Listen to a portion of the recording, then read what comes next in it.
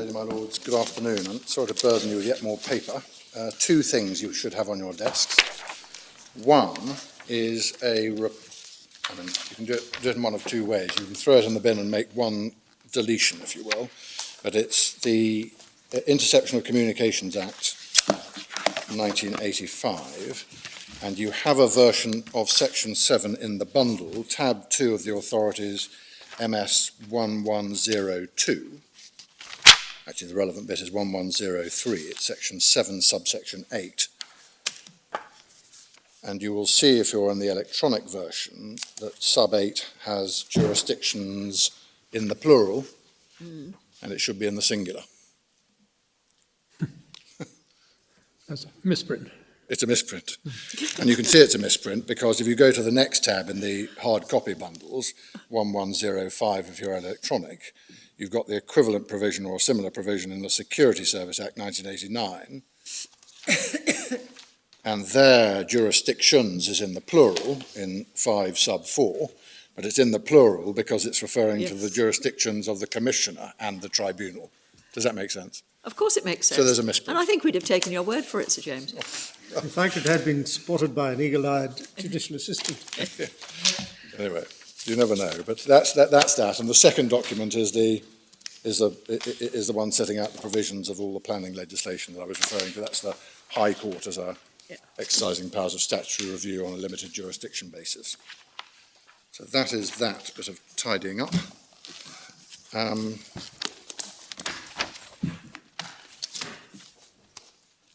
I said we'd check the bill and the dates of the bill compared to Raymond, which was 2000. So this is RIPA, in response to a submission that Mr. Chamberlain made this morning about that. The RIPA bill was published on the 9th of February 2000.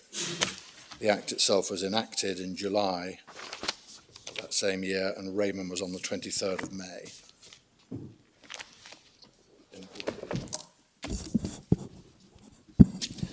I was going to turn to the language of the provisions of the ouster clause, 67.8, that long lead in an introduction. And you'll understand my initial submission is that what this provision, properly construed in context, is designed to do is to set up a parallel regime in a constitutionally inoffensive manner, conferring jurisdiction on the IPT, a body of equivalent status to the High Court. And against that background, its wording, standing back from it, is intended to be very broad indeed, covering everything, including decisions as to jurisdiction, or decisions as to whether there is jurisdiction, to take the different forms of language between the various bits of legislation, 1985 and then the 2000 Act. That's the fundamental submission. That's why I spent a bit of time this morning on the importance of context as an interpretive tool. And we do respectfully submit that it is a clear provision when properly approached in that way, and having regard to the other provisions in the primary legislation that I took you through this morning. Those are also important features. Our essential position is that the Court of Appeal's analysis was essentially correct for the reasons that they gave. And there are perhaps 5 features just to draw attention to. Firstly, the preclusion in the ouster clause applies both to appeal and to liability to be questioned in any court. So it's something that applies to things which aren't an appeal, but which are by way of challenge to the determinations, etc., etc., etc., of the tribunal.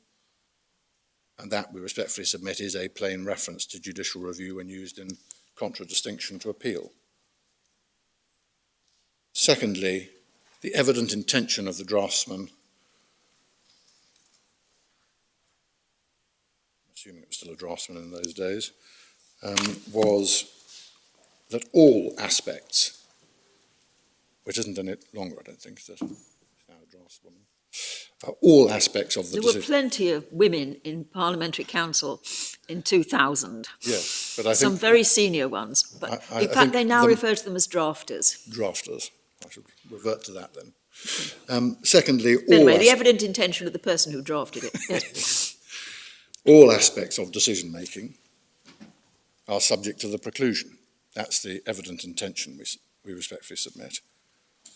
So the phrases used cover all species of decision making by the tribunal,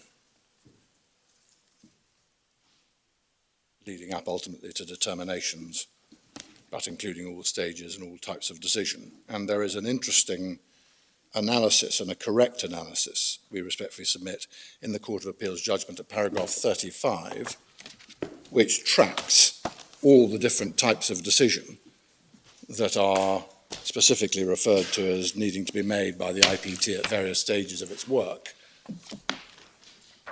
And they are then tracked into the language used in 67.8. That's Court of Appeal, paragraph 35. Thirdly, perhaps most importantly, the exclusion applies also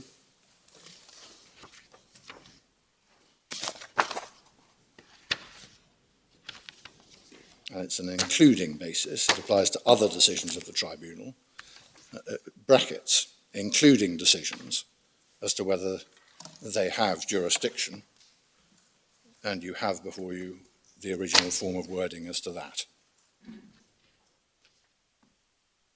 And we respectfully submit that those words are, at the very least, containing, as they do, the references to decisions as to whether they have jurisdiction, and by reference to the word including, they're a clear indication of the intended breadth of the provision, and they do provide an important distinction with anisminic.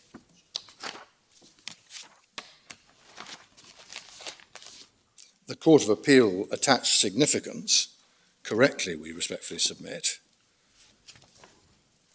to this, as they described it, express advertence to the possibility of the IPT making error of law going to jurisdiction.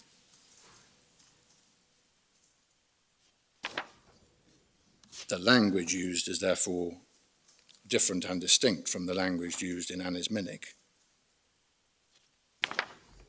Distinct because, as the Court of Appeal pointed out at paragraph 34, the determination in anisminic was taken to exclude purported determinations made in excess of jurisdiction. I'll come back to purported in due course, but that feature distinguishes anisminic. And it is now clear, and again the Court of Appeal's reasoning was thus, it is now clear that jurisdictional error, post-anisminic, includes narrow and broad jurisdiction. And so if Parliament is truly to be taken to have anisminic in its head, and can be taken to have understood what was meant by all the various judgments and the ratio of anisminic, Parliament has chosen to use that word, jurisdiction, without distinction. And we now know that all errors of law go to jurisdiction. And Parliament has now said they are all within the exclusion. And as the Court of Appeal also noted, and this is paragraph 40, when using those words, Parliament was legislating against a backdrop of well-established public law principle that all errors of law relate to jurisdiction, and the straightforward reading of 67.8 is thus as they read it. Jurisdiction is a term that's used quite a lot in sections 65 and 67 to refer to the types of proceeding which the tribunal can deal with. My Lord, it is. It is, and we have the words as to whether. But my respectful submission is that the references to jurisdiction are apt to include all of those things. I'm going to come to the point I know my Lord is interested in a moment, if I may, which is whether or not this is just a reference to jurisdiction in that sense. I reference back to 65. Just seeking faithfully to reflect the Court of Appeal's essential reasoning. That's the next step, as it were. And then they ask the question whether it makes any sense to distinguish the position in relation to decision, covered by the words in brackets, and dealing with those sorts of decisions, from determination or any of the other concepts. And they concluded that it would make no sense to do so in the context of this clause in this legislation, see paras 35 to 37. Their reasoning being that determination is evidently a form of decision. See other decisions as referred to in the clause, that's paragraph 35. And decision, unlike the other terms, is not a term of art within RIPA, but a compendious concept designed to cover all things that the IPT might decide. And it can take, therefore, a number of different types of decisions. Decisions as to whether it has jurisdiction to embark on the inquiry, that's governed by 65. That can involve questions of fact and law, decisions on a preliminary point of law, decisions as to the composition of the IPT, decisions as to what fairness and natural justice requires. All of those are analysed in the court's judgment at 36 to 37.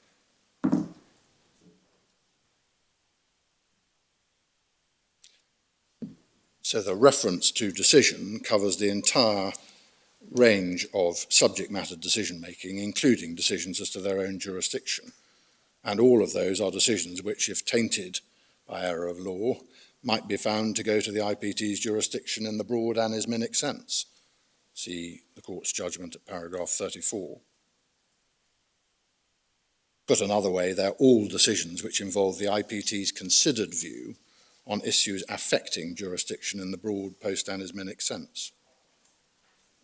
And that's to be read, therefore, against that public law background of Anisminic and O'Reilly, confirming that there's a single category of public law error, all of which will affect an inferior decision maker's jurisdiction.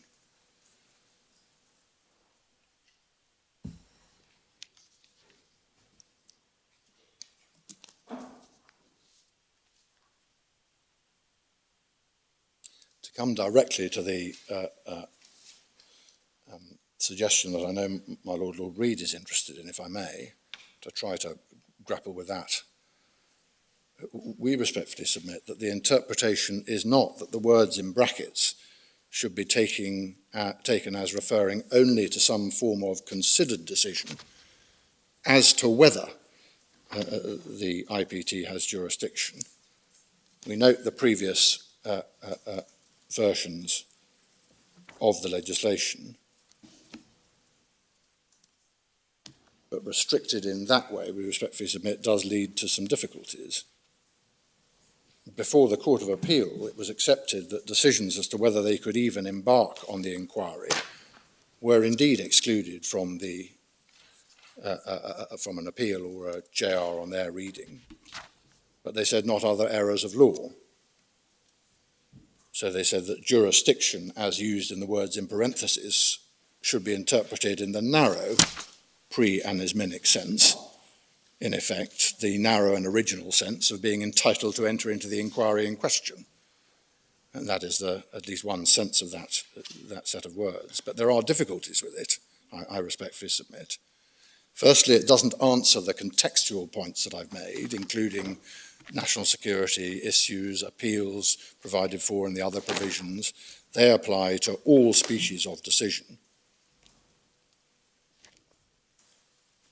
Secondly, there's no need to go and read it in that more restrictive way, because it's constitutionally inoffensive to read it in the broader way, for all the reasons I've given. More directly, perhaps, the evident intent of the clause includes the word including. And the including provision is broad, because Parliament is merely giving an example, therefore, of the type of error which is excluded. So even if you're referring directly to decisions as to whether they can enter the territory, you can't just hold it there, because that would give no play to the word including, is a submission. And standing back and looking at the legislative policy and purpose of this, there are coherence issues, we respectfully submit, with that approach that treats it as though it was referring to jurisdiction in the sense of entering into the inquiry, or treating it as some form of case management decision as to whether it's the court or the IPT. And there are coherence issues because the intent would have to be as follows, we respectfully submit. Even a fundamental error as to whether the IPT was entitled to embark on the inquiry is precluded. They are given, on one reading of it at least, and I'll come to purport it in due course, but they're given on this reading, focusing on jurisdiction for the moment, exclusive competence, to use that phrase. And that was the argument that was run below, that was included. But the question is, why preclude? Why preclude that sort of fundamental error, but then allow any arguable error of law? I mean, you will recall, just as a matter of history, that the distinction that used to be drawn in all those old cases was between, on the one hand, entering into the inquiry in question in the first place, or other similarly fundamental errors, as compared to errors on the face of the record. In other words, arguable errors of law in our parlance.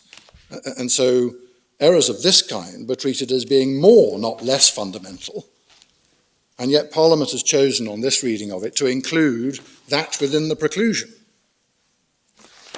So the fundamental jurisdictional basis could be exceeded with no access to JR for that purpose. But any arguable error would not. Now, of course, I recognise that I'm going to have to deal with purported and nullity and all of that, and I'll come to that in due course. But just focusing on jurisdiction, we respectfully submit that it doesn't make any real sense to read it in that way. This isn't just about Parliament being unconcerned about which precise body rules on these issues. This is about the ability to enter into the inquiry in the first place.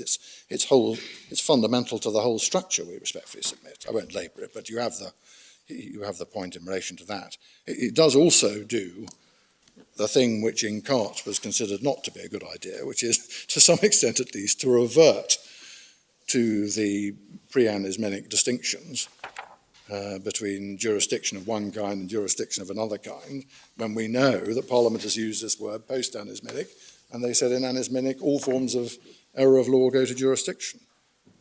And so Lord Dyson in Cart, to take an example, at paragraph 110, MS 1074, noted that the distinction between errors of law that are jurisdictional in the narrow sense and non-jurisdictional is not a principal basis for drawing a line, was effectively what he said.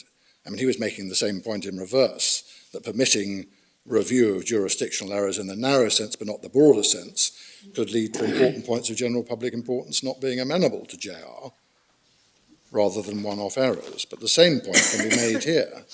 It isn't a matter of no great importance whether the proceedings originate in the IPT or another court, so long as errors going to the merits can be determined later.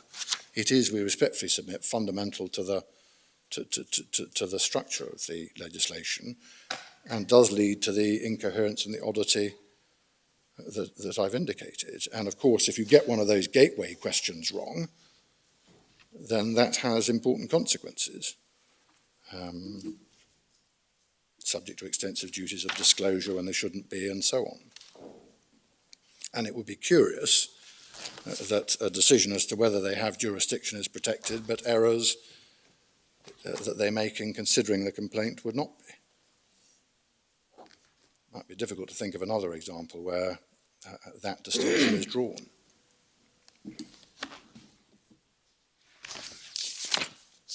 So those are points which focus on jurisdiction and whether one can and should read it in a narrow way in that sense. Could I ask a quick question Yes, about please. subsection 10? Yes. Subsection 8 gives the Secretary of State power, and of course there's a duty that's never been kicked in under subsection 9.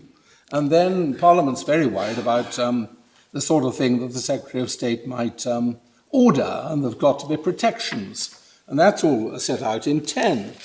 But 10 is only to do, is it not, Sir James, with appeals.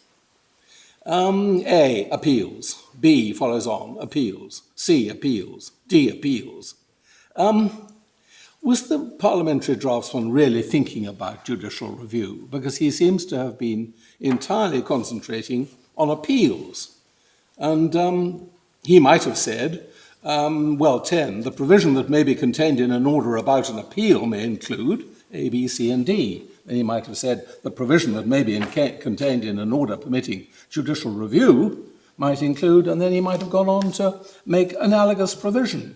Yeah. So the question is really, was he really, despite your emphasis on the words liable to be questioned, was he really considering judicial review? My Lord, I think my direct answer to that is yes, he was, because of the very words you've just focused on, liable to be questioned in any court.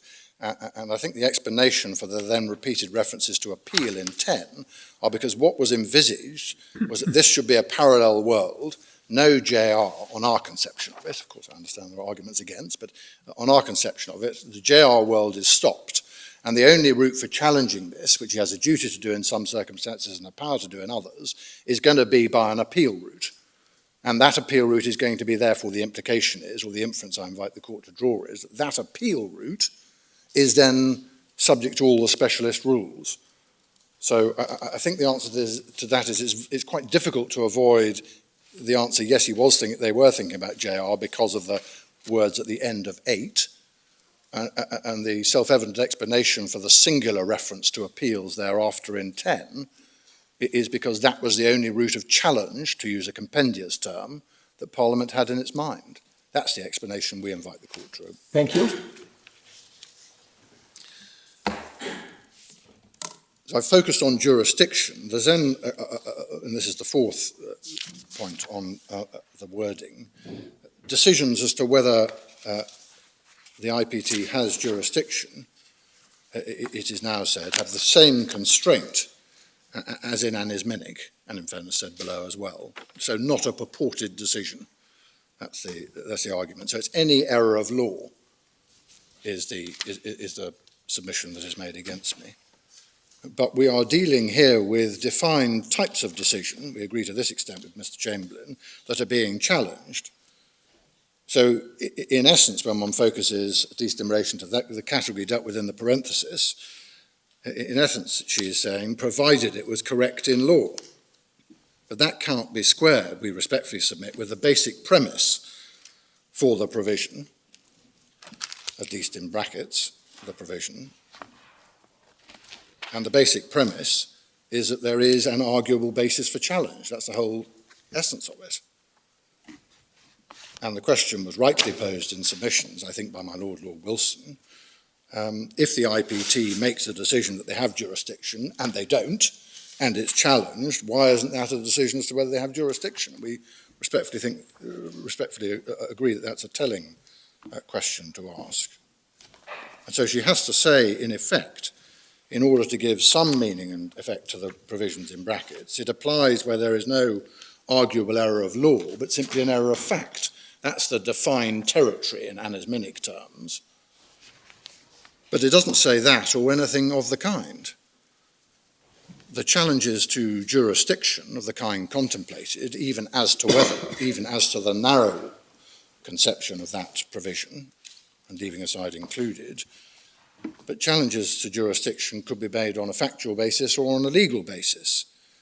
And indeed, and more fundamentally, error of fact, if sufficiently clear, is a species of error of law. And so the argument has to be that Parliament intended that decisions as to whether there is jurisdiction can be taken in error, but only in error of fact. And we respectfully submit as an adjunct to that riposte that the Kawaja decision, from which my learned friend belatedly sought to derive support, goes nowhere here. The issue in Kawaja, as you will recall, was about who should make the judgment and how that judgment should be made about one of the preconditions set out for the exercise of a power in legislation.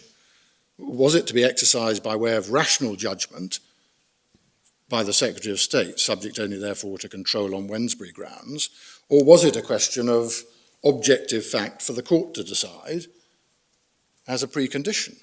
That isn't about ouster clauses at all. It doesn't suggest some coherent split or distinction between errors of fact and errors of law. It's about a fundamentally different set of issues.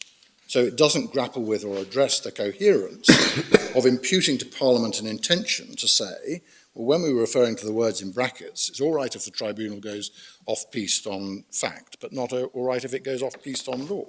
And there is a coherence problem again, if that is the submission. At a general level, what is the legislative logic that puts these issues outside but keeps others in? As I say, error of fact is a species of error of law, and it would, for good measure, create extraordinarily difficult distinctions between what are questions of fact going to jurisdiction and what are questions of law going to jurisdiction. Is it really to be supposed that the resolution of those issues would be thought to be Parliament to be the key to whether or not the provision bites? Mixed questions of fact and law are very commonly encountered, and this is no exception. And one can see examples from the IPT's past decision-making that jurisdictional gateways identified in section 65 will often involve mixed questions of fact and law. We've cited in our case at 17, para 17, the decision in C and the police. And the question there was an issue about the meaning of directed surveillance and whether it had occurred. But you can see immediately that that is a set of issues which is likely to be intertwined so far as fact and law are concerned. And it won't have escaped you that so far as this is concerned, so far as the concept of jurisdiction and nullity is concerned, there's a bit of blowing hot and cold.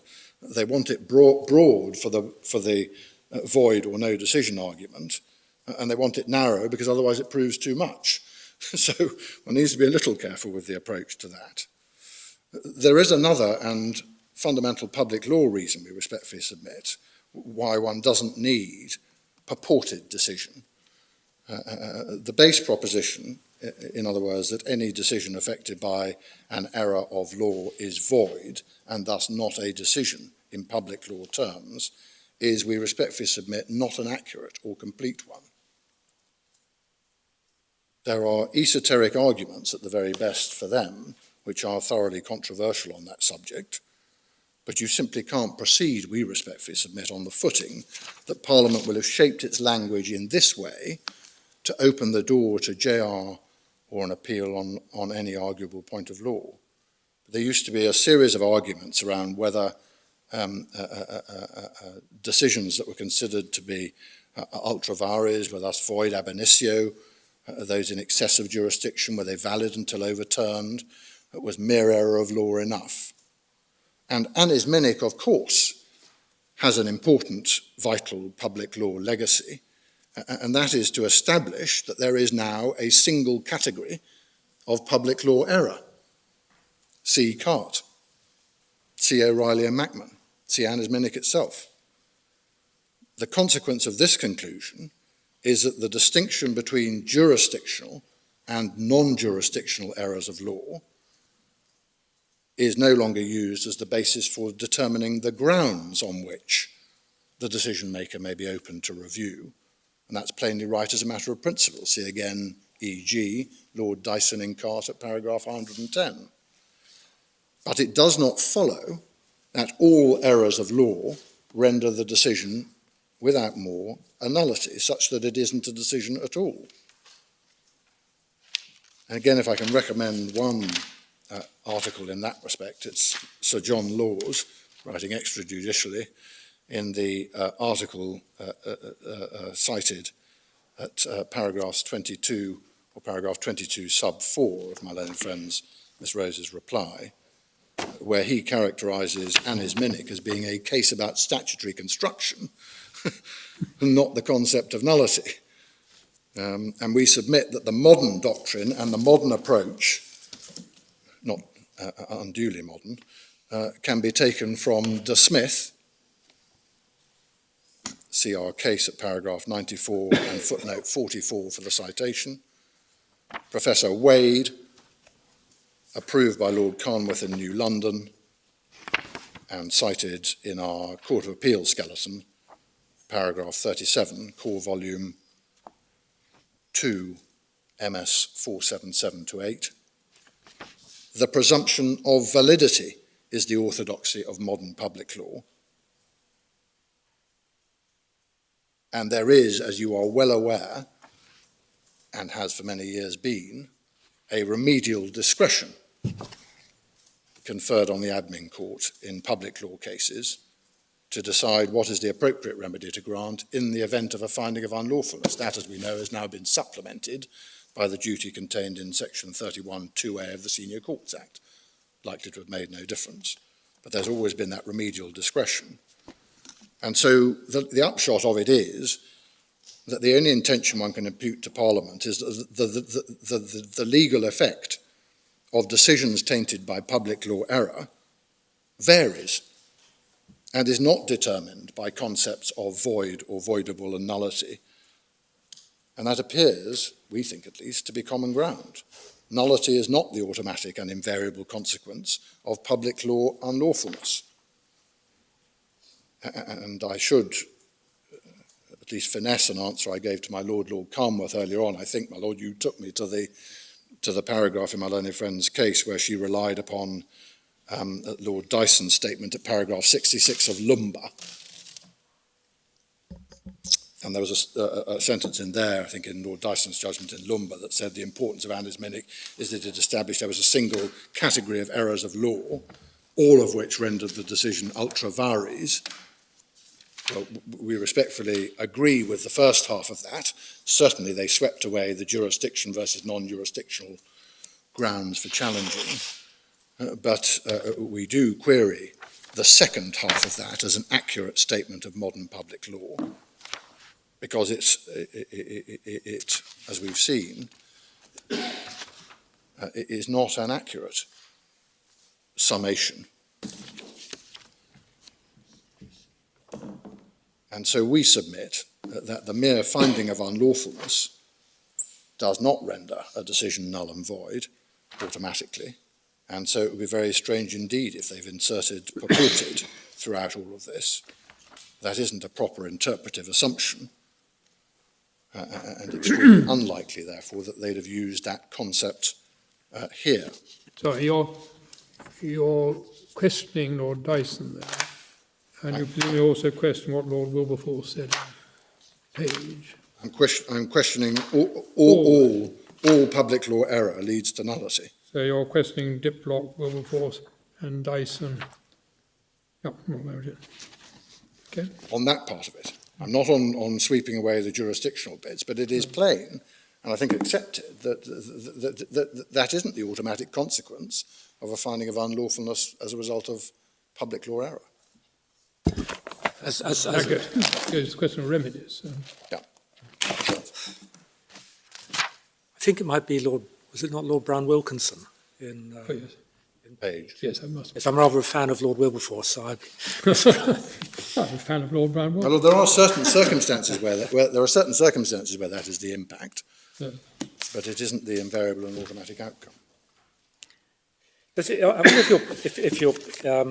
it's probably implicit in what you said, but in Annis Minnick, because they were saying that the ouster clause didn't protect decisions which were nullities and were therefore purported determinations, as they put it, they still left the ouster clause with useful work to do, because there wasn't a binary distinction between nullities and decisions which were impeccable. But once you get into the part of section 67(8) within the parentheses, I think it is binary, isn't it? Decisions whether you have jurisdiction are either nullities or they're valid. And so if you take the view that there's no ability to, that there's no ouster of purported decisions about jurisdiction, which are in reality nullities, the consequence, I think, is the passage in parentheses becomes otiose. Well, I think that was the line of questioning that my Lord Sumption was on yesterday. Where's the work left for it to do? Yes, and you can't really distinguish between fact and law, because when it comes to jurisdiction, if it's a jurisdictional fact or a precedent fact to the existence of jurisdiction, if you get it wrong, then your decision's a nullity. Same reason. So you end up in the, but my Lord, I respectfully agree. My learned friend then says, well, there's a reference to purported authority, if you recall that, in section 65(7)(a). And she says, well, that leads you to understand that they perfectly coherently could have used the word purported.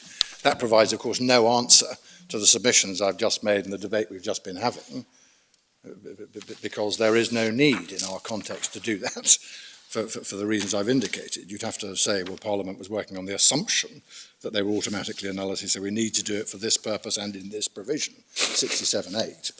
But so that is that. But the use of purported authority in 65(7)(a) is there being used to assist in defining when something takes place in challengeable circumstances.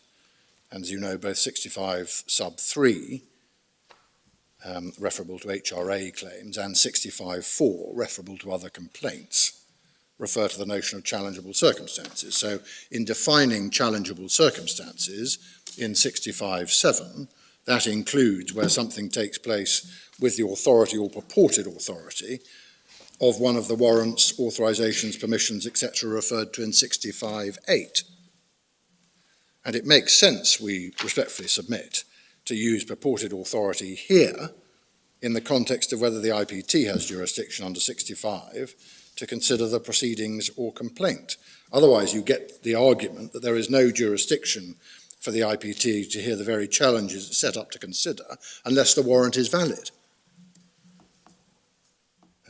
All that is necessary for the tribunal to embark on the inquiry is, for example, an interception warrant or a purported warrant which appears to authorise the conduct in question, and the lawfulness of the warrant will be a matter for substantive determination by the tribunal as part of the proceedings or complaint. And indeed, the individual concerned may not know whether there is in fact a warrant or lawful warrant. So the scheme of the Act is to permit the tribunal to investigate the matter, provided there is purported or apparent authority. And so that we respectfully submit is the explanation for why it's used there, and undercuts the submission that you can read, as it were, from that provision to the absence of the same word in 67(8). But there's a more fundamental objection to that, as I've indicated. So we respectfully submit that 67(8), to go back to that, is not the same as the provision in Anisminic. The short answer to why that is so is that the Supreme Court correctly concluded that it was not the same as the ouster clause in Anisminic at paragraph 23 of A and the Director of the Security Service. They concluded, as you'll recall in para 23, that it was an unambiguous ouster of any jurisdiction of the courts over the IPT. The longer answer is that the Supreme Court in that case were correct for the reasons that they gave, given the features of the wording that I've already developed, and in particular the inclusion of the words in brackets, but also the separation out of appeal and liable to be questioned in any court, and because 67(8) sits in its particular context, with many of the features relied on in that case, the A case, in their analysis of 65, playing equally powerfully into the interpretation as exclusive of 67(8).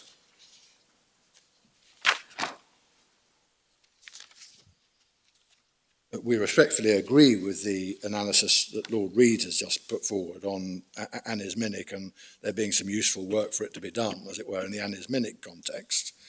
And we've set out the propositions. I think someone yesterday asked, well, what's the ratio of anisminic? How does it work? Where did they divide and how did they divide? We've set that out in our case between 82 and 87, and I don't intend to go back over that.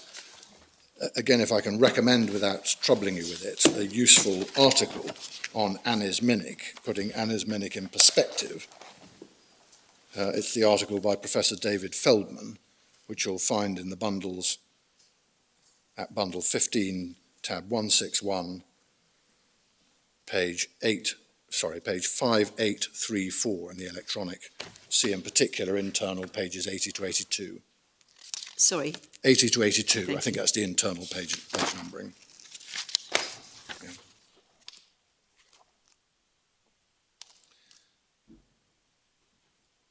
So we respectfully submit that this is and was intended to be, a broad clause designed to create the parallel jurisdiction I've indicated. Just to revert, if I may, very briefly to the discussion I was having with Lord Sumption before the short adjournment about whether or not there are different potential things in play, drivers in play for parliamentary intention, as between pure errors of law on the one hand and more fundamental or procedural issues and procedural fairness issues on the other.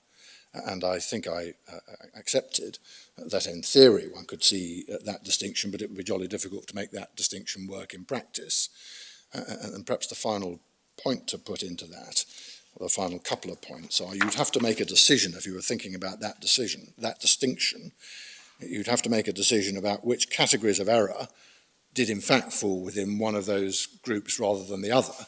And the one that might be thought to be most obviously straddling of the boundary between them would be, did the person take all material considerations into account?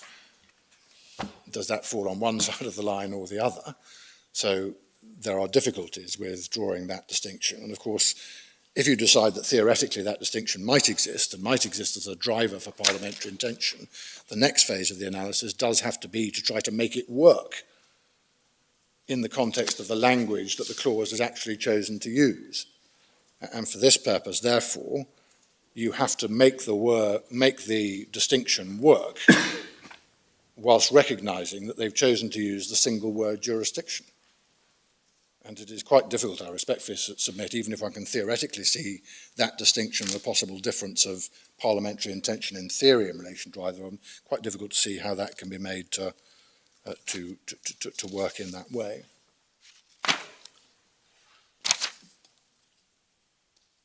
So our basic and fundamental submission on the language is that you put the language and the context together. If you do that, you have a clear parliamentary intention, and the clear parliamentary intention is to set up a parallel specialist regime for good reason. They do it by setting a series of rules in the primary legislation, a series of specialisms which have no echo in a judicial review court itself, a feature which is of some significance in the excluding power or the ouster clause in 67(8). And they do it in a way which involves, importantly, because everyone recognises the rule of law concerns associated with ouster clauses of all descriptions, but they do so here critically by way of allocating. That's the word that the court used in A, and we respectfully submit correctly used in A. This is an allocation of function. It's no accident that when they created appeal rights, they went to the Court of Appeal. They allocated the function, and they did so to a body which was exercising effectively the same powers that the admin court would otherwise exercise. And they did so in a way, as the court found in the A case, in a manner which was constitutionally inoffensive.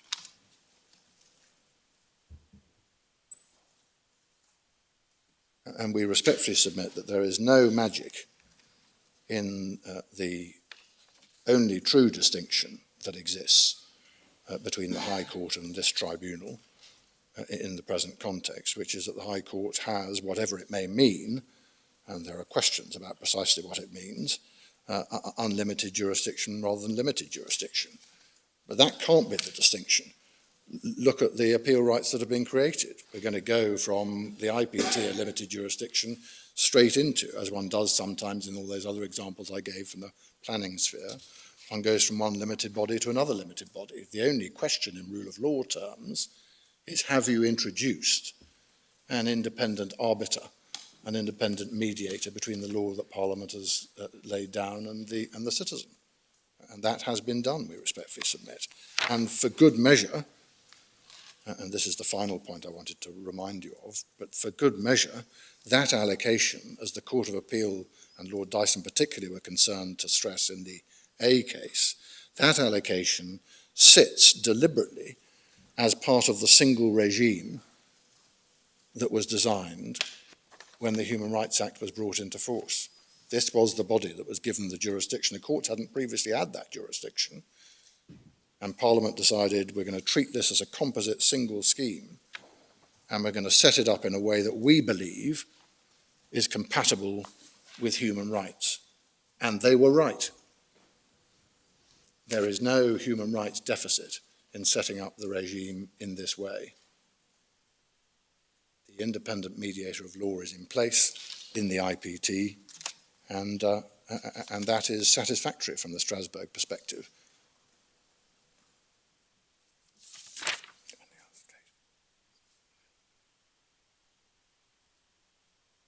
My lady, my lords, those were the submissions I wanted to trouble the court with. Well, you've got through them in double quick time. I suspect that's because you were decent enough not to ask me that many questions. Sorry, can I just ask one question? I knew somebody would say something the moment you said that. Yes. This is the European Court of Human Rights moment, Yeah. when 40 hands It go may up. not be central. You'll recall in Cart, Lord Phillips suggested that one might need to review the approach of the court to that jurisdiction in the light of experience of the working of the tribunal system. Are you aware whether any consideration has been given to how the Cart regime of limited JR has actually worked in practice, or whether... I'm not, I'm afraid. I can easily find out. No, I don't worry. If there's been consideration of that. Mm-hmm. I would rather hope it's been picked up, but I couldn't promise you even that. But Okay, never mind. Perhaps I'll add, Lord Carnroth's mention of the Page case reminds me. Of course, that's a case where Annus Minnick was held not to apply. And I think it's one of a series of cases to do with bodies carrying out judicial functions. And the distinction we saw earlier that Lord Diplock drew in Rakel. Very cool. Between administrative bodies to which the Annus Minnick doctrine applied, and judicial bodies where which obviously courts can make mistakes in law, as higher courts would find them to be, without going ultra vires. yes, well, I mean, I suppose as much as anything else, that goes to the question whether there is magic in the word unlimited, if you put it before jurisdiction. And what that tends to illustrate is that there isn't such magic, and what really matters is the nature and quality of the body which ultimately is final. And you can set that up in any number of different ways. I mean, this court, as a court of limited jurisdiction, is itself unbelievably capable, at least, of committing error. And one knows that they can be errors of a serious kind. One thinks of Pinochet, for example. They can be serious procedural issues that arise, and there are various ways of dealing with it. But there is no magic in... In the Pinochet case, that was not unamenable to correction. No, because they could come back because you're the top court and you have that jurisdiction. I entirely agree, my lady. But it simply illustrates that the question is not to be determined by reference to any magic attaching to limited versus unlimited. All courts are prone to error. The question is, which I think was the passage from the Court of Appeal judgment that my learned friend took serious exception to.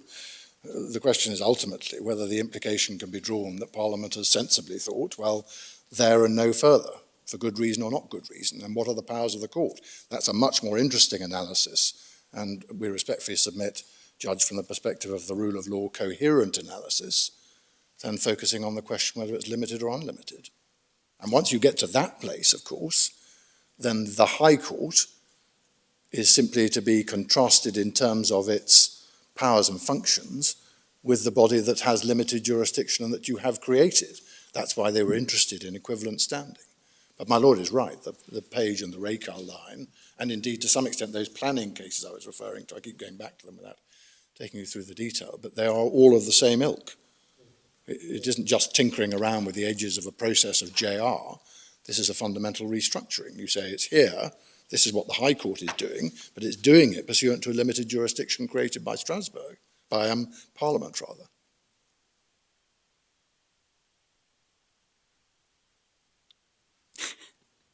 Thank you very much, Sir James. Miss Page? Sorry, Miss Grange, do you wish to follow it?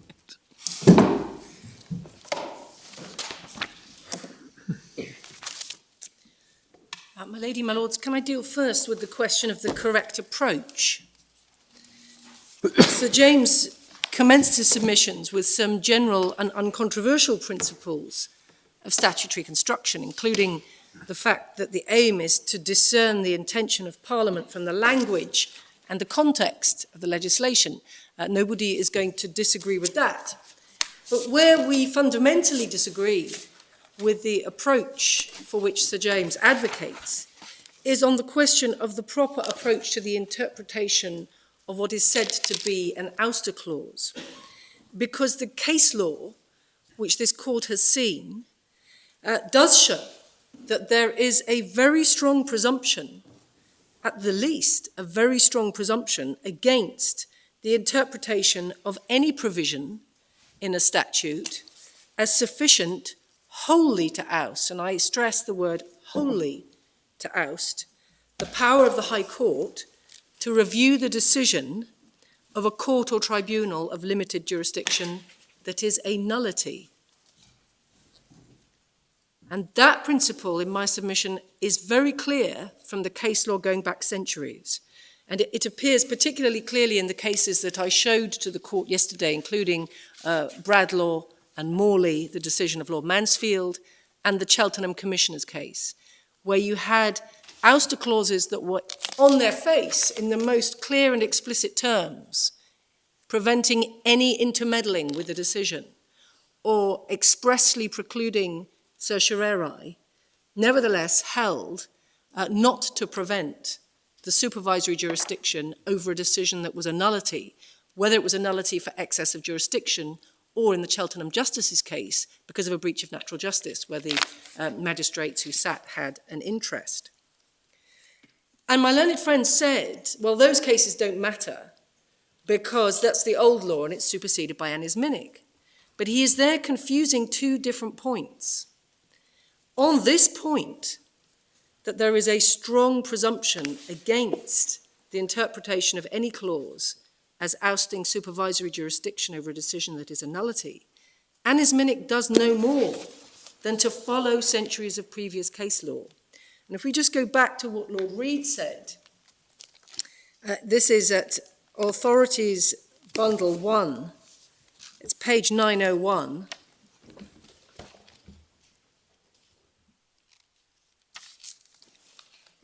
At D, I showed the court this passage yesterday, and Sir James did not deal with it. But he starts by noting the long history of such clauses, and he says no case has been cited in which any other form of words limiting the jurisdiction of the court has been held to protect a nullity, and that is the strong statutory presumption. And then he makes the point that if Parliament intended to introduce a new kind of ouster clause, I would have expected to find something much more specific than the bald statement that a determination shall not be called in question in any court of law. And that is the first part of the ratio of annus minec, and it applies centuries of case law on a strong presumption. What, of course, is then new about annus minec and is then explained in the subsequent case law is the expansion of what constitutes a nullity. But that doesn't get my learned friend anywhere, because his case is that this is precisely the type of new kind of clause that Lord Reid is there talking about. He's saying that this is a type of clause that prevents any review of a decision that is a nullity. And on that, we respectfully say he is wrong about the right approach to be applied as a matter of law. He then said that the principle of legality was engaged only where a statute on its face appears to interfere with a fundamental right. That is not correct. What Lord Hoffman said was that the principle of legality is engaged either where a statute would interfere with a fundamental right or with constitutional principle. And we are here in the latter case. We are not alleging any interference with Article 6 or any fundamental human right.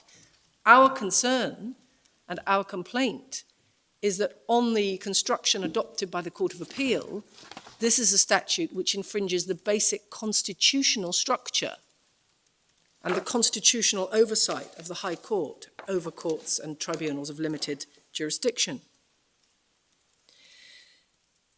Now, we do agree with my learned friend that any consideration of the wording of the statute must take into account its context, but his characterization of the context is with respect too narrow.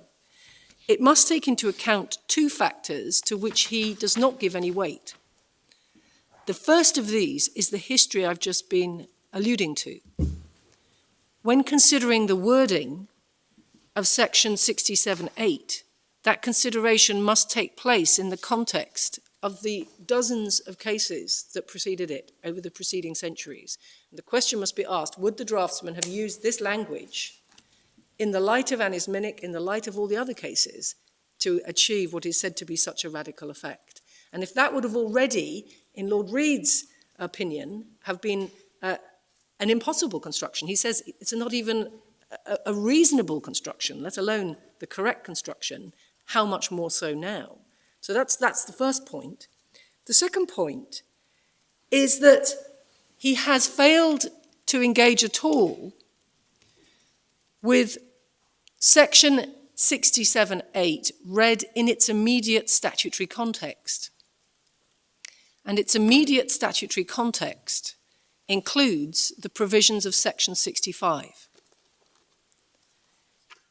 On Sir James's interpretation of 67(8), what is the reason why Parliament went to such pains to define and to restrict the jurisdiction of the IPT with such care and in mandatory terms in section 65? Why, for example, did Parliament say that the IPT did not have jurisdiction to consider the lawfulness of a warrant issued by a judge? Because on Sir James's case, that provision is simply guidance. The IPT can, if it wishes, consider the lawfulness of a warrant issued by a judge, and its decision will be valid and unchallengeable, even though it's tainted by an obvious error of law. Now, that is what's meant in the case law when it is said that a complete ouster of judicial review on any ground for a court or tribunal of limited jurisdiction is inherently contradictory, because it contradicts the intention of Parliament as expressed in the provision limiting the scope of the power of the tribunal. And my learned friend has simply not addressed this fundamental point. The second aspect of section 65 that he doesn't address is that the Investigatory Powers Tribunal is not existing in a parallel world, as he said on more than one occasion. It exists within the context of the law of the United Kingdom, both English and Welsh law and Scots law, because it's a United Kingdom tribunal, And first of all, it is intended to apply the Human Rights Act. And secondly, it is intended to exercise a non-exclusive jurisdiction which overlaps with tort claims considered by civil courts, as in the Spy Cops case, where you may get claims of assault or trespass to goods or trespass to the person raised by people who are under surveillance or whose equipment has been hacked in various circumstances. So this is a court of limited jurisdiction specifically being asked to apply general principles of law that apply across other courts. And that engages the principle, again, that we see in many of the cases, including Cart, that it is unconstitutional to have a system where the same law may be interpreted differently by different courts or tribunals. There must be a single stream of authoritative case law. If the IPT were to adopt a construction of, for example, Article 8 of the Convention, or, for example, Section 6 of the Human Rights Act, or the common law of trespass that were inconsistent with the binding decision of this court, that would be unconstitutional. And yet, on my learned friend's case, that could never be addressed or corrected. So those, we say, are essential elements of the context which his argument simply doesn't accommodate. Now, my learned friend relied very heavily on the case of A against the director, which is at Authorities Bundle 1, tab 5. And he said that it demonstrated three propositions. First, he said it showed that Parliament had deliberately designed an exclusive statutory regime to be operated by the IPT.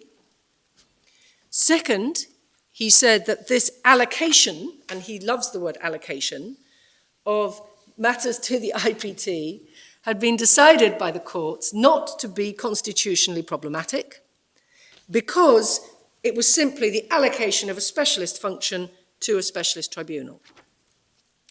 And thirdly, he said that the Supreme Court had concluded that the IPT was a court of like standing to the High Court. Now, I want to respond to those three propositions. The first is that he says that this is a deliberate decision by Parliament to establish an exclusive regime for the IPT. The first point to make about that is it is simply false factually. And the reason it's false factually is because Section 65(2)(b) establishes a non-exclusive jurisdiction for the IPT in relation to persons who are aggrieved by the conduct of the intelligence services and conduct in challengeable circumstances. And a good example of that is the Spy Cops case. That's in Authorities Bundle 7, tab 80. We don't need to turn it up now, but the court will see that the issue in that case was that the women who had been deceived into sexual relationships with police officers brought claims in tort alleging assault, and the argument was made against them that these were matters that fell within the jurisdiction of the IPT under Section 65(2)(b, and that the High Court claims should be stayed until the IPT had considered those complaints. The Court of Appeal rejected that argument and said that they were entitled to bring those claims in the High Court. So the first proposition that this is an exclusive parallel regime is factually false. Now that undermines a whole slew of the arguments mounted by Sir James, because his arguments about this subject matter being inherently inappropriate for consideration in the ordinary courts is undermined by that basic fact. And, to remind the court, the very case that is before this court now is a case brought under Section 65(2)(b. The primary complaint made by Privacy International is that they have been aggrieved by the unlawful making of warrants and the unlawful hacking of computers under warrants. They make a complaint under the Human Rights Act, but their primary complaint is that as a matter of construction of the 1994 Act, the scope of those warrants is unlawful, and that is a complaint under 65(2)(b. So their complaints are under both of those provisions. Now, the second point is, even if he were right, even if the IPT had an exclusive jurisdiction over all the areas where it has jurisdiction, that would not advance his argument. It is perfectly normal whenever Parliament establishes any kind of specialist tribunal to deal with particular types of complaints or claims, that that tribunal is given exclusive jurisdiction in that area. And there are many, many examples. Lands tribunals, rent tribunals, employment tribunals, social security tribunals. Many, many examples where particular types of claims or complaints have to be brought in particular statutory tribunals. That's why Parliament sets up specialist statutory tribunals. It's so that they can channel particular types of claims into tribunals that have an expertise in dealing with them. Their members may include economists, or they may include industrial relations experts, they may include all sorts of people who've got particular expertise in the field, and they can establish procedural rules that are appropriate to the resolution of the particular type of claim. So, for example, it is perfectly normal for statutory tribunals to have procedural rules that entitle them to hear evidence that might not be admissible in a court of law. That's completely normal. They're normally masters of their own procedure, and they may establish procedures that are significantly different from the procedures that apply in the normal courts. That's what specialist tribunals are for. But none of that has any bearing on the question whether Parliament would seek to oust the jurisdiction of the High Court to supervise the lawfulness of the proceedings of such a tribunal.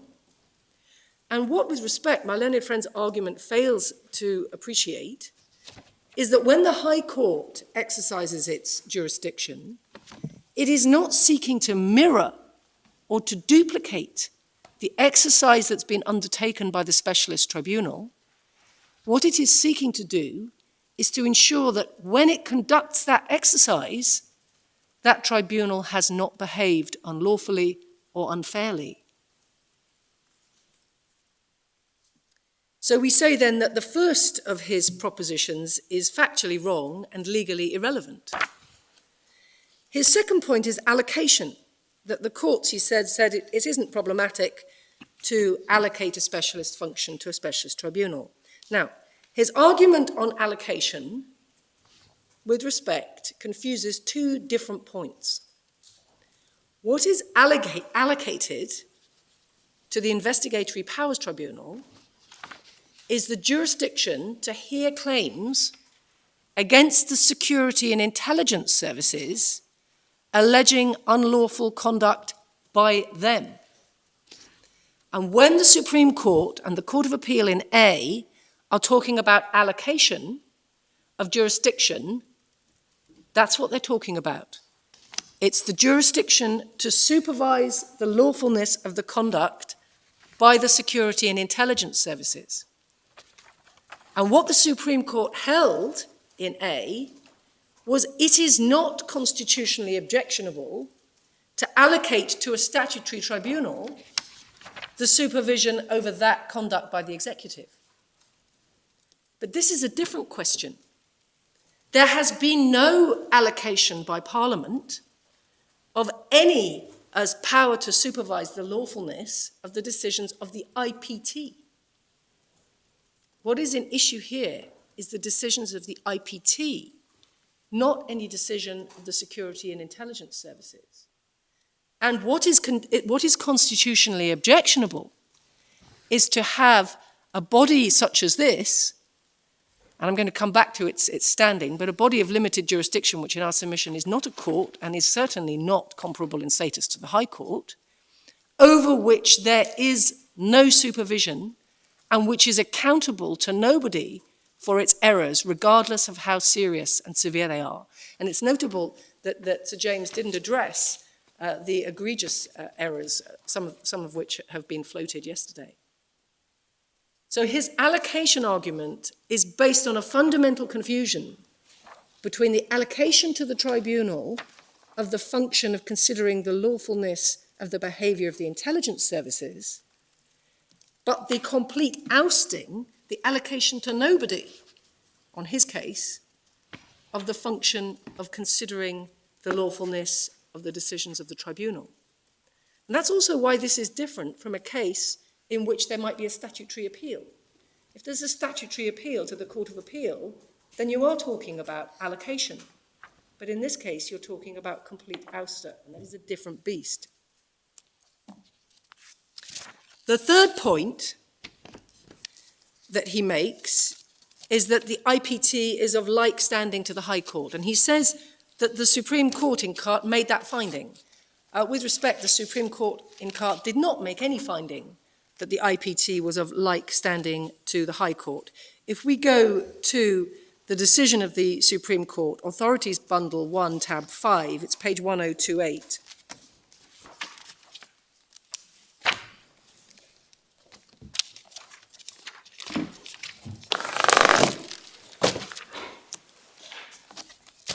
He seeks to derive this from paragraph 23. What Lord Brown says is, first of all, that Anna's Minnick doesn't assist. The ouster clause there under consideration purported to remove any judicial supervision of a determination by an inferior tribunal as to its own jurisdiction. Section 65.2a does no such thing. Of course, that's right, because Section 65.2a doesn't oust any judicial supervision over the executive. It simply allocates judicial supervision over MI5 and MI6 to the IPT. So it's not an ouster at all. Parliament has not ousted judicial scrutiny of the acts of the intelligence services. That's what he's considering there. It has simply allocated that scrutiny to the IPT. And that's absolutely right and has no bearing. He then quotes Lord Justice Law's statutory measures which confide the jurisdiction to a judicial body of like standing and authority to the High Court, which operates subject to special procedures, may well be constitutionally inoffensive. Well, yes, of course, that's right. But that is a completely different question from the question whether or not it's constitutionally inoffensive to say that the decisions of the body to which that function has been allocated are wholly immune from judicial review. And nowhere does the High Court here decide that the Supreme Court decide that the IPT is of like standing to the High Court. It simply says, quotes Lord Justice Laws as saying, the IPT offers no cause for concern on this score. It's not commenting on its standing comparable to the High Court. Even if it was, there's no suggestion that that issue was properly explored, and it is unsustainable. And here is a summary of the reasons why it cannot be said that the IPT is a body of like standing to the High Court. First, it is not a court of record. As we know from Carte, what that means is that it is not a body whose jurisdiction can be assumed, it must be proved. Second, it has no enforcement powers, and that makes it fundamentally different, not only from the High Court, but from any court. Third, it has no power to summon witnesses. Fourth, its members need not be judges. As we saw, the president has to be a judge, but decisions can be made by any two members who only need to be lawyers of at least 7 years standing. So there is no judicial oath involved. Fifth, it is not required to abide by any rules of evidence. 6, it has no inherent jurisdiction. 7th, as you will recall we saw yesterday, it is under a duty to make reports to the Prime Minister if it makes a finding that there has been unlawful conduct. And that, we say, is fundamentally incompatible with it being a court, and certainly fundamentally incompatible with it being a court of like standing to the High Court. Next, its power to award compensation is such compensation as it thinks fit, not in accordance with any legal principles. And we say that all of those reasons make it very clear that the IPT is not a court at all, and it certainly is not a court of like standing to the High Court. Now, The only passage on which my learned friend relies where any explanation of why it might be seen as having that status is from Lord Justice Laws's judgment. That's at page 1009.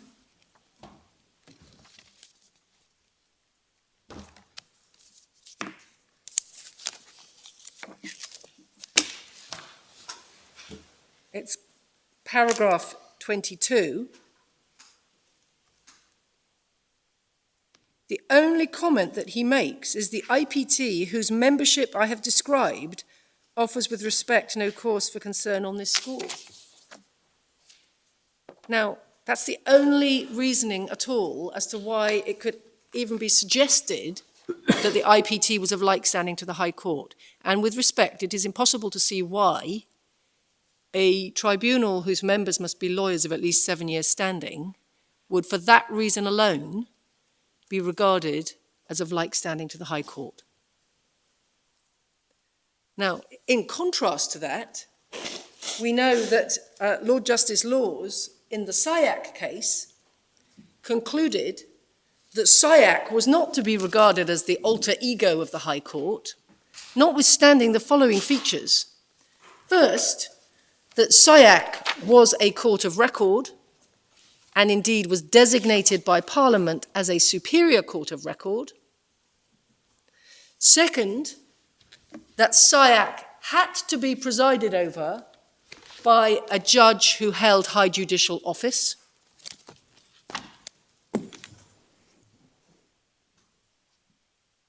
And third, that it had the power to imprison, as indeed it did in the case of Yu itself, where bail was revoked and the claimant was sent to prison. And in spite of those features, Lord Justice Laws held in Yu and SIAC that it was not of like standing to the High Court. Now we see that, it's paragraphs 83 to 84, and that's page 985.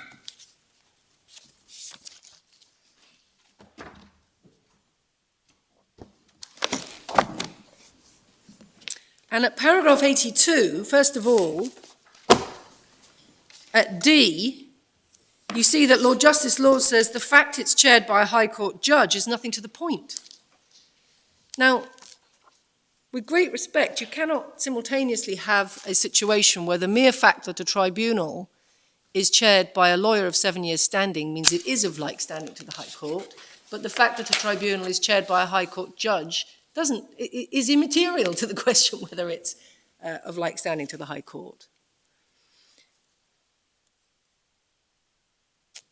He then goes on at paragraph 84 to quote Lord Phillips from the case of G, explaining why SIAC is not of like standing to the High Court.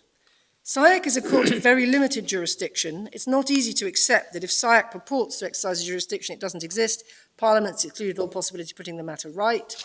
And you see what's then said. So the specific point made by Lord Phillips there is related to the strict limits on SIAC's jurisdiction. And the reason why Lord Justice Laws took a different approach to SIAC and to the upper tribunal in that case appears to have been because of the very great breadth of the jurisdiction of the upper tribunal by comparison with the very narrowly constrained jurisdiction of SIAC. And of course, exactly the same point applies to the IPT. It has an extremely narrow, closely constrained jurisdiction. In any event, of course, the decision in A predates the decision of this court in Cart. And the decision of this court in Cart endorsed the decision of the Court of Appeal in Cart, holding that even the upper tribunal cannot be said to be the alter ego of the High Court. And we say that for those reasons, the third proposition that my learned friend sought to derive from A isn't in the case in any event, and if it were, it is not good law. So my learned friend then made a submission which is central to his case, which is that he says that the IPT is a special bespoke tribunal in a parallel world exercising very special procedures in the national security context. And in that context, it's understandable why Parliament would wish wholly to oust judicial review. Our submission is that his conclusion is a non sequitur. It's right that the IPT is a specialist tribunal. It's right that it has special procedures, and it's right that it operates in the national security field. But none of these are good reasons why Parliament should consider that a complete ouster of judicial review was either necessary or appropriate. I've already made the point that all specialist tribunals are intended by Parliament to operate a bespoke regime that's appropriate to a particular area of expertise under their own bespoke procedure rules. That is why Parliament sets up specialist tribunals. But the aim on judicial review is for the High Court to supervise those tribunals, not for it to conduct the same task that those tribunals have already conducted. And the fact that those tribunals may have access to expertise or access to evidence or material that can't be put before the High Court is not a reason to oust judicial review. To give an example, one of the areas where the High Court routinely exercises its judicial review power is in relation to decisions taken by Secretaries of State on policy matters. And decisions of Secretaries of State are frequently taken on the basis of confidential briefings and material, which may include national security briefings, that will not be made available to the High Court in the judicial review process. But that has never been regarded as a reason for ousting judicial review. It may limit, in practical terms, the extent to which the High Court is able to second-guess the decision that has been made, because it may not have access to all of the same material, and it may defer to the expertise of the decision maker. But this is the normal bread and butter of what the administrative court does. It's not concerned with usurping the function of the court or the tribunal or the public authority whose actions it is reviewing. It is concerned with supervising their conduct to ensure that it is lawful. So we say that that point is simply irrelevant. Now, my learned friend relies particularly on the provisions for a closed material procedure that apply in this context. Again, there is nothing strange or surprising about the High Court having jurisdiction to review a tribunal that has statutory powers to operate closed material procedures. And the most obvious example of that is SIAC. Now, in the case of you and SIAC itself, the decision that was being judicially reviewed was a decision made entirely on closed material. That was the complaint. The complaint of the claimant in that case was that it was a breach of his human rights for SIAC to revoke his bail on the basis of closed evidence. In hearing that claim, the High Court did not look at the closed evidence. It ruled on the legal point. Now, we know that the Secretary of State contended in those proceedings that SIAC was immune for judicial review, partly because it was a superior court of record, and partly because of an anisminic-style ouster clause.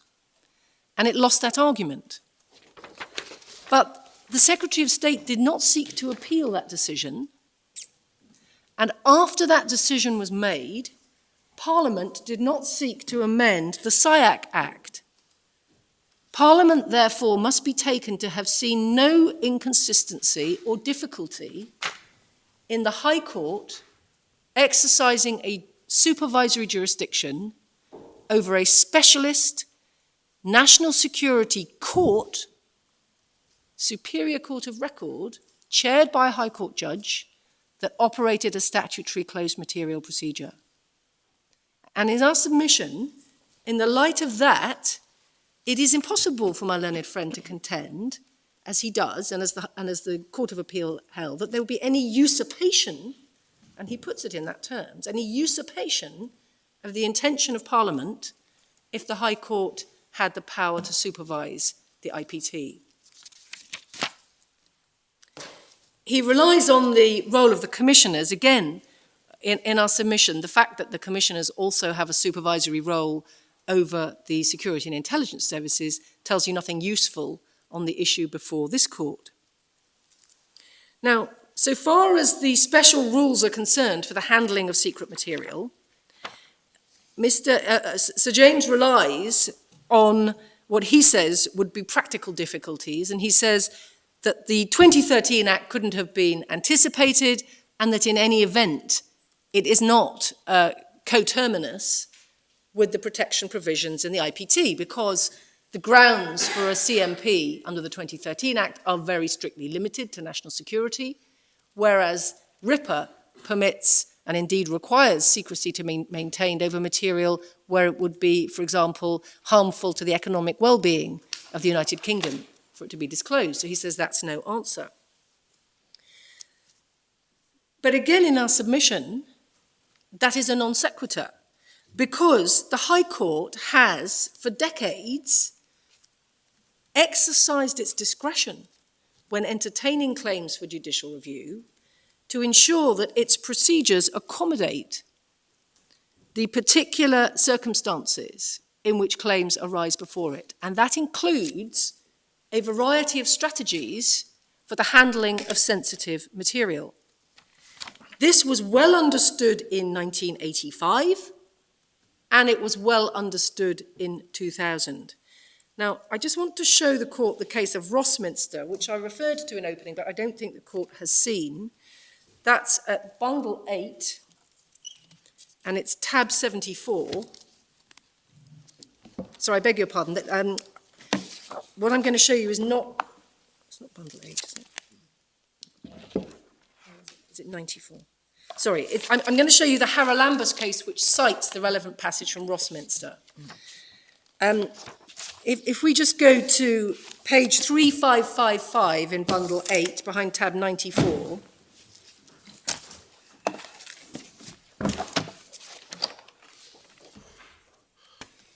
paragraph 47.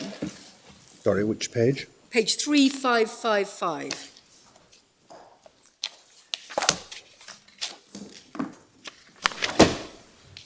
So Rossminster is a case from 1980 in the House of Lords, as you can see, at paragraph 47. And the material, this was a case, it was a judicial review of a warrant. And what was said in Rossminster was that the warrant could not be produced because it contained confidential material. And, sorry, I beg your pardon, the material that justified the warrant could not be produced to the High Court because it was confidential. So the material that had been before the judge when he issued the warrant was not before the courts on judicial review. The Divisional Court held that in these circumstances there was simply not the evidence to enable this court to say the judge exercised his discretion improperly. That conclusion was upheld by the House. And then we see Lord Diplock, where Parliament, and you'll see that they applied the maxim omnia prae muntur rite esse acta, which is certainly not a new doctrine. Its antiquity is demonstrable from the fact that it's in Latin.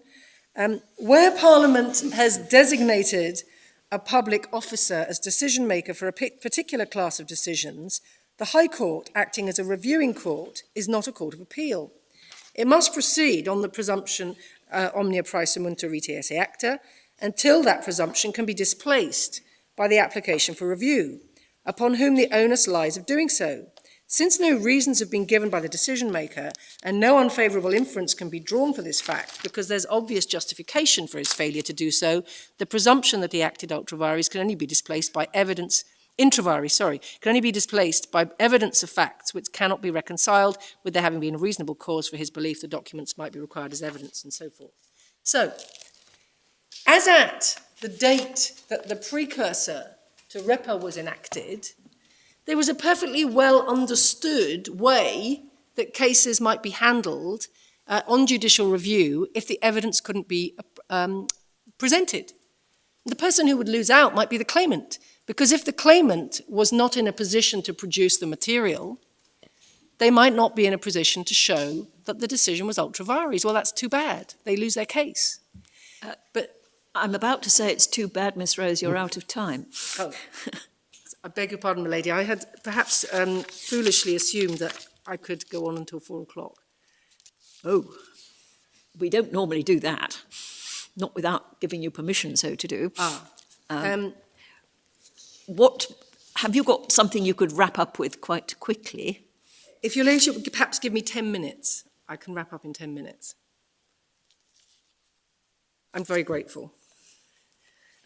So the point I was going to make was that as at the date that the 1985 Act came in, it was perfectly well understood what you would do if you couldn't establish your case in the, as it would then have been the divisional court, because of a lack of evidence. Now, in the succeeding years, the matter has moved on, as Lord Mance explains in Haralambous itself, to the point where now the administrative court will assume to itself the same powers to look at closed material that the court below will have. Now, that may mean that more claims can succeed in the administrative court than could have done. But it doesn't matter which regime applies. Either regime ensures full protection for sensitive material without any risk to national security, and ensures that judicial review still exists and is not ousted. Of course, in a case such as this one, this issue doesn't arise at all, because this case concerns only a pure question of law decided after an open hearing on the basis of assumed facts. Now, in a case where the issue did arise, of course, the government would be free to make submissions to the administrative court about the ways it should adapt its procedures to ensure that material was properly protected. And there are lots of options open to it. But again, that is not a basis for justifying the ouster of judicial review. Now, my learned friend sought to suggest that there is some incompatibility between the rules applied by the IPT and any entertaining of a hearing by the High Court under the CPR. And he was asked the question, well, what about the new appeal under the 2016 Act? And he indicated that that would have to be accommodated. But my lady, my lords, the position of Her Majesty's government in relation to the new appeal right is that it can be accommodated without any amendment to the CPR. And can I just show that to the court? It's at Authorities Bundle 15 at tab 167, page 5952.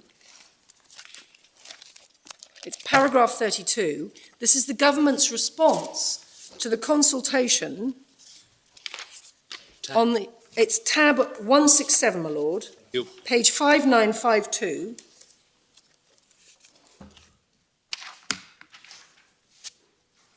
Sorry, it's not, it's paragraph 32, which is 5962, I beg your pardon.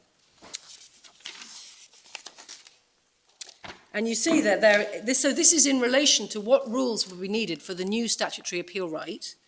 A respondent wrote amendments will be required to the CPR to provide for a closed material procedure. The government rejects this point. CMPs in principle will be available. The civil procedure rules do not need to be amended to facilitate this. So with great respect to my learned friend, it is the government's own position that appeals on any point of law can be accommodated under the CPR without amendment.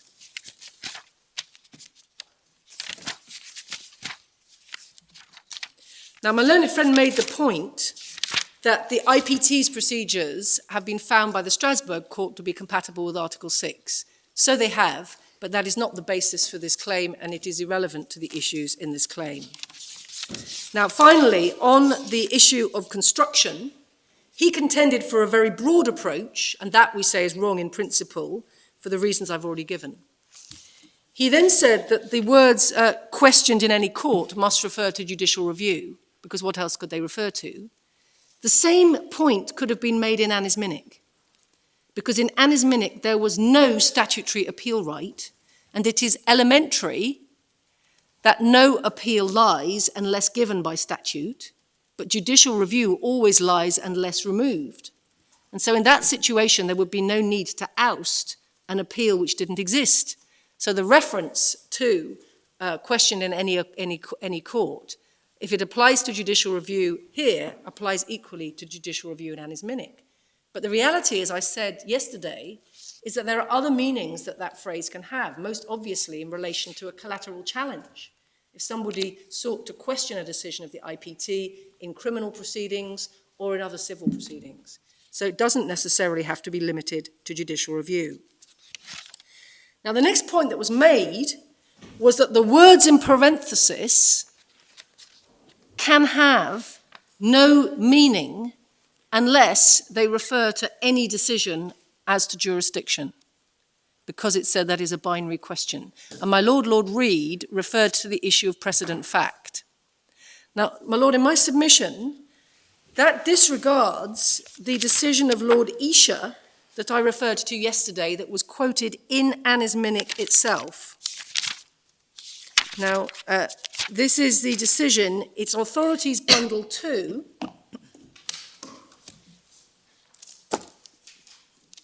I remember the case, the tax case. It's the tax case, my Lord. And just to give your Lordship the reference, it's tab 32, it's page 1363 to 1364. And without turning it up, Lord Isha there identifies the issue of precedent fact going to jurisdiction. He says Parliament may decide to enable a subordinate tribunal to decide these facts for itself. So with respect, it's not the case that any challenge to a decision as to whether they have jurisdiction must relate to both fact and law.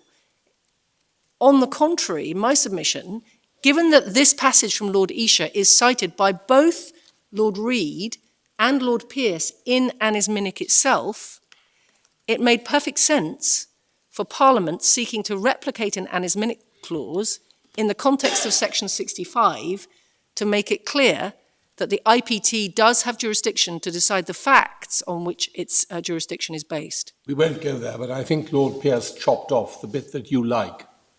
Well, certainly that's, Lord Reid did not, my Lord. He did not. Lord Reid specifically quoted the bit that I Yes, liked. he did. Yes. So in our submission, that's perfectly understandable. And that makes sense also when you ask, in what sense is Parliament using the word jurisdiction in 67.8? And in my submission, it can only be understood in the same way that it is used in Section 65 and Section 66. In other words, not talking about jurisdiction in the sense of the varies of the tribunal, but talking about jurisdiction in the sense of the areas in which the tribunal is entitled to embark on an inquiry. And that is clearly the sense in which the word jurisdiction is used in the two immediately preceding sections of the same statute. And my learned friend's argument depends on it suddenly being used in a different sense, in parentheses, in this subsection. That's particularly implausible since the rest of this subsection is only picking up by reference terms that have already been defined earlier in Section 67 and the preceding sections about determinations and awards and so on. Simply referring back to the different types of decisions, which include a decision as to whether they have jurisdiction under Section 65.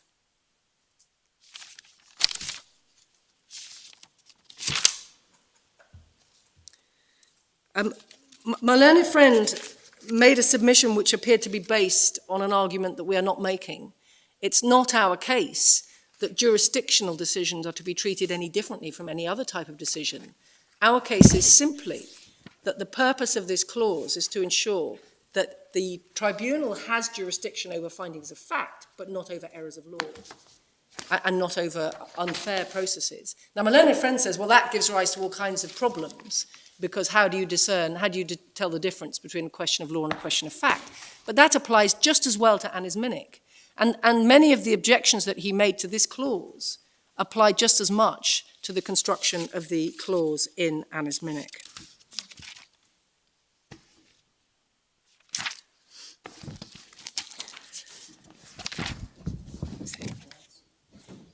A question was raised about re-recall. The court has our answer to that in our reply note at paragraphs 2 to 18. Unless I can be of further assistance, those are our submissions. I think not, Ms. Rose. Thank you very much indeed. You have kept well within the extra 10 minutes that we gave you. We are grateful, of course, to you all for all the hard work that you have put into this extremely important case. And we will now go away and try and work out what we think the answer or answers is to it.